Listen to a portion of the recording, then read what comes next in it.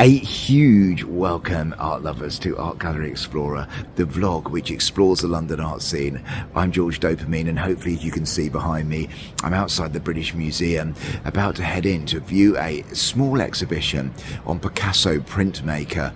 Now, the British Museum holds one of the world's finest collection of prints from Western art, spanning all the way back to the Renaissance and up to the present day.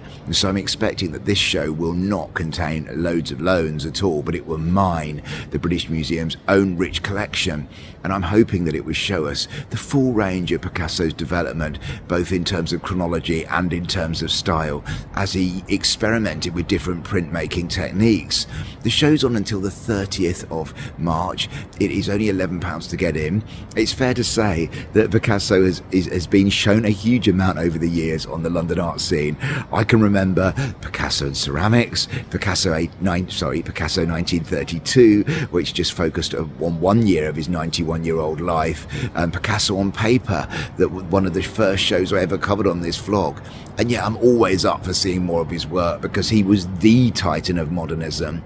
He was the major figure of modernism. He's not overrated in my opinion. He had an incredibly long career, and hopefully we're going to see that today. So come inside and join me as we head into this intimate exhibition in room 90 at the British Museum.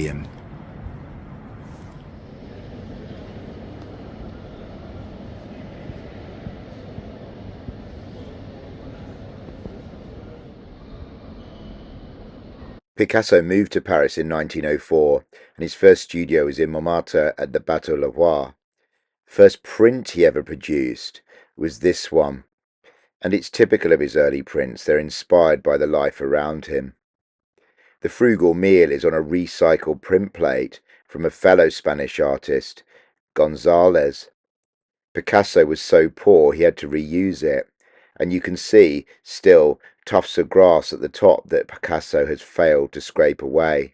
Picasso learnt his early printmaking techniques from fellow artists, and he used two predominant techniques at this time.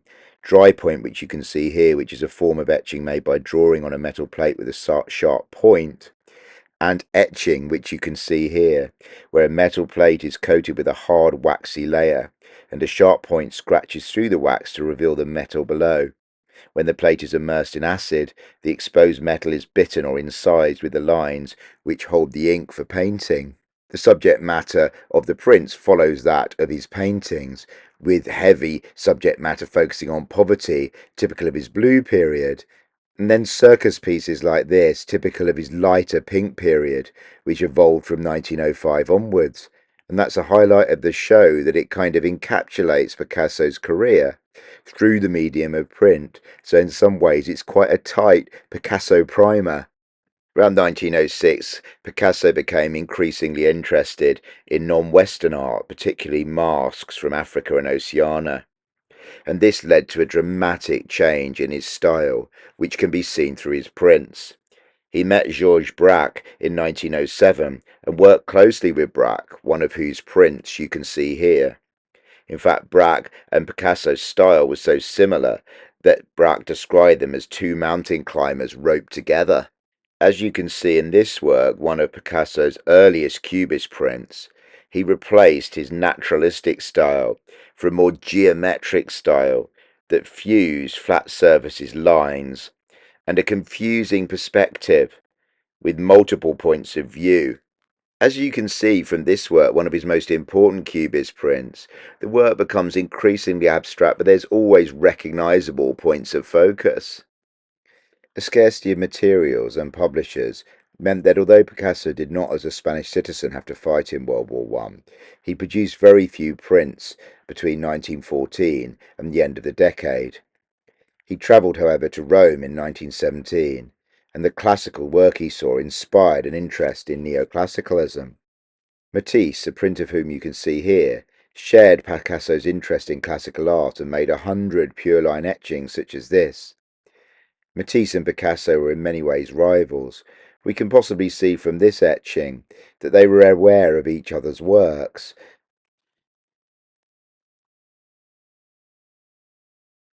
The Vollard Suite occupied Picasso throughout the 1930s and is one of his masterpieces. He promised to provide dealer publisher Vollard with 100 printing plates, and these were printed in 1939. We will never know Vollard's intention for them because he died in a traffic accident soon after, and so they remained undistributed until 1948. There's no real narrative cohesion to the series, but rather a series of dominant themes. One of those themes is about the artist and the studio. We see this etching from Rembrandt, and the exhibition makes a point that Picasso admired Rembrandt's prints and floats the idea that Picasso was influenced by these prints in parts of the Vollard Suite. There's a sense that this is a really important work in mid-career Picasso, at a time of turbulence in his life, when he had just started a relationship with Marie-Thérèse Volta. Consequently, many of the Vollard Suite's works are erotically charged, and this image presents Marie-Thérèse Volta as a bullfighter. Picasso watched bullfights as a child, and bullfighting played a big part in his art. Picasso studied Goya as a young man, and so obviously was influenced as well by his exploration of bullfighting. The Minotaur, that half man, half bull from Greek mythology, is another big theme in the Vollard Suite.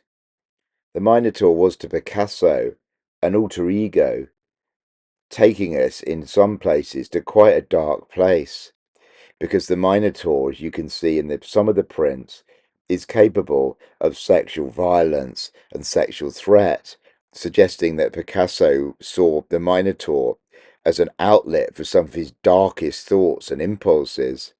Some of these make quite uncomfortable viewing to the modern viewer.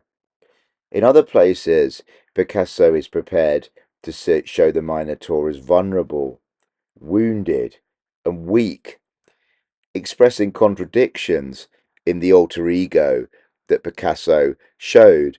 And interestingly, when the Minotaur is vanquished, Picasso relates back to the bullfighting scene that you saw earlier, because the Minotaur is vanquished in a kind of bullfighting arena.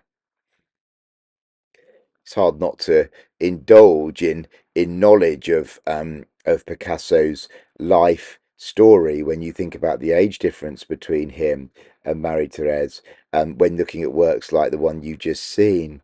And Rembrandt hovers over a lot of the Vollard Suite, and so we get to see another example as well from the British Museum's own fine collection of prints to show that direct um, link and influence.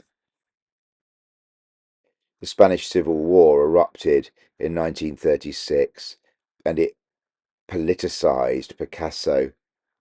These prints were made as a response, with this one mocking Franco, who Picasso despised. Produced in 1937, the same year that he produced this masterpiece, Guernica. The second print in The Dream and Lie of Franco exposes the horrific consequences of war. And Picasso was an activist of sorts, contributing in this book to a fundraising pamphlet which was meant to go to victims of the Spanish Civil War. As well as these heavier themes, Picasso also made 31 prints of different animals for a luxury edition of a natural history book. The technique he used was sugar aquatint, which you'll see throughout the exhibition, and this involved brushing sugar solution onto a printing plate, resulting in a more painterly composition according to the exhibition than etching allowed. Picasso actually kept a monkey during his early years in Paris as a pet and loved animals throughout his life. Picasso had been using lithographs since the 1920s, but it was only in the post-World War II period that he began to really experiment with the technique. The lithograph technique relies on the fact that oil and water don't mix, and involves drawing onto a stone or metal plate with an oil-based crayon or ink. The surface of the plate is dampened, but the oil-based drawing repels the water. When greasy ink is applied with a roller, it sticks to the drawn areas and is repelled by the wet areas. The image can then be printed. Picasso made at least 18 variations of this version. The sleeping woman is his former lover Dora Maar, whereas the seated woman is his new lover François Gillot. And you can see that the figures become increasingly abstract in this 18th version of the print, very different to the first. Francois Gillot lived with Picasso at Vallauris in the south of France, bringing him closer to the Mediterranean Spain of his youth. But she left him in 1953, and this poignant lithograph from 1954 shows a brief visit with their children.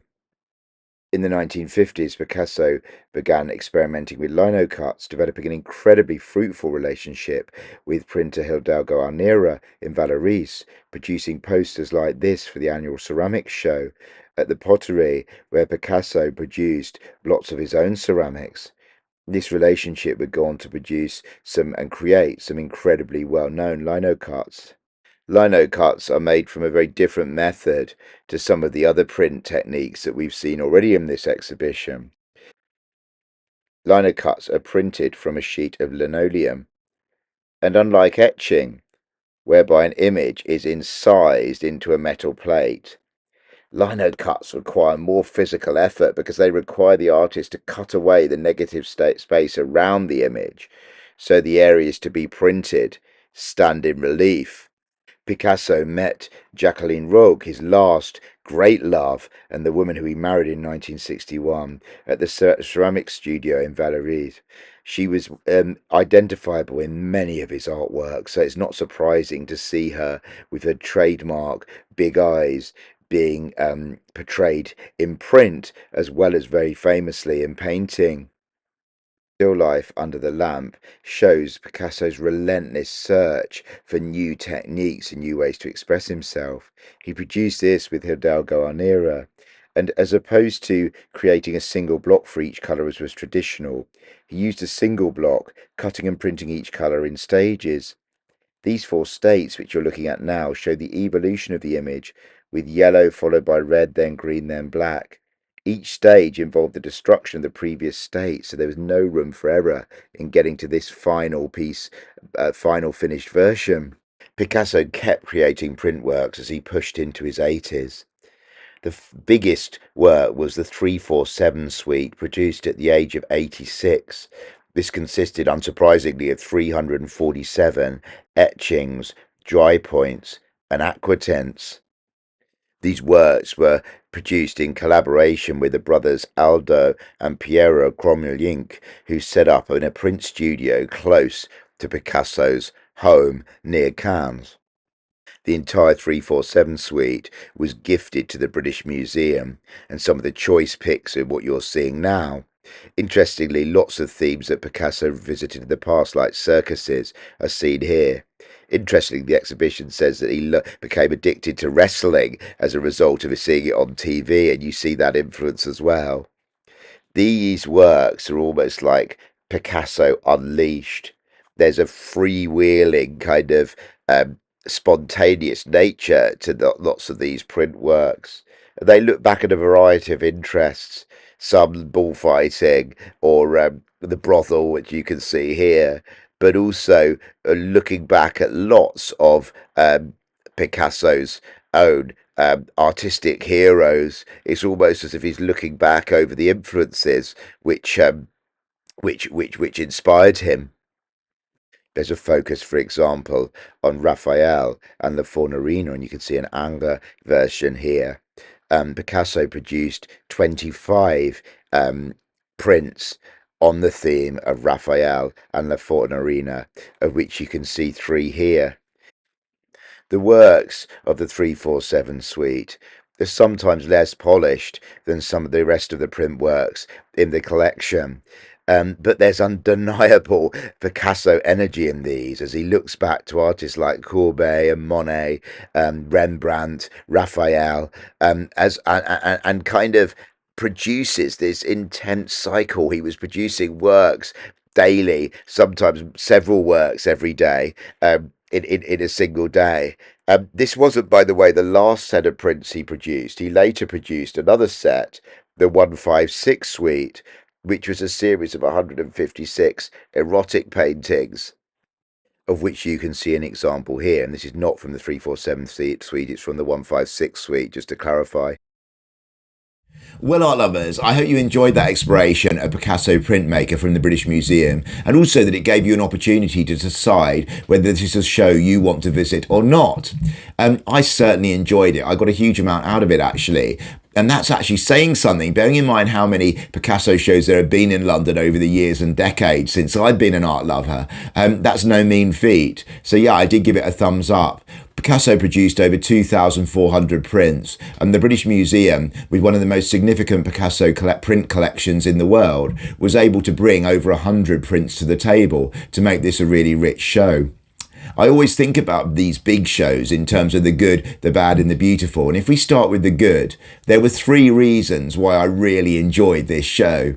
Firstly, the chronological range. By starting as Picasso kicked off his career in Paris in that blue period and ending with works produced in his late 80s, this show provides a chronological range across the stylistic changes of Picasso's career. We get to see the transition to Cubism, for example, and then the move to Neoclassicism. And that is really special because Picasso is an artist whose career was so long and varied that it's sometimes hard to get your head around. So this printmaking show is almost like a overview of his career through the medium of print, and it's almost like a Picasso primer. So it's really great in that sense. Secondly, I love the fact that it engaged with the different printmaking techniques that Picasso tried to conquer and often, and in many cases, mastered throughout his career, from dry point and etching to linocut and lithographs and sugar aquatints. Picasso was constantly striving for new means and mediums of expression, and this show was quite technical in that sense, and I really enjoyed that. Thirdly, the fact that the British Museum has such a stellar collection of wider prints from Western art, one of the best in the world, means that it was able to supplement with a Rembrandt print here, or a Goya print here, or a Matisse print there, to explore the influences on Picasso by actually showing the prints that he was potentially influenced by. So I really enjoyed that as well. In terms of the bad, as I said, as in the good, Picasso used many different printmaking techniques, and I've loved it if the British Museum could have brought those more physically into the gallery.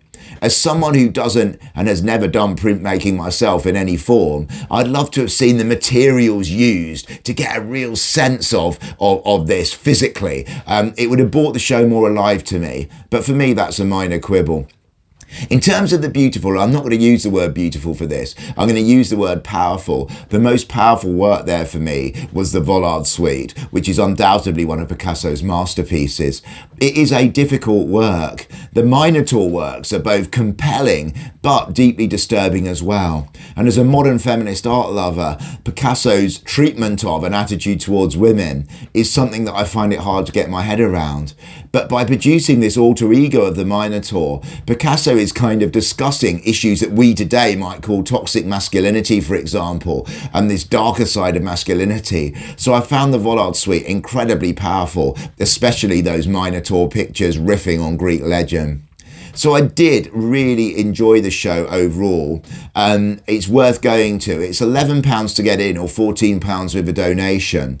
And I think that's a fair price. It's obviously a lot cheaper than lots of the bigger London shows on at the moment, like Van Gogh or the Renaissance show at the Royal Academy. But you have to remember, nearly all of the works in this show are from the British Museum's own collection, although they would never all be displayed in one go like this.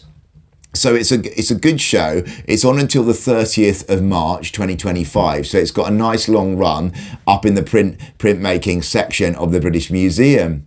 Thank you ever so much for watching, for commenting if you have done, for giving me a thumbs up to this vlog because it helps the channel. And do subscribe and hit that notification bell if you haven't. We're coming towards Christmas, but there are lots more shows coming up across London and the southeast of England in the run up to Christmas. So stay tuned. And most importantly of all, get out there and explore your local art scene wherever it is in the world.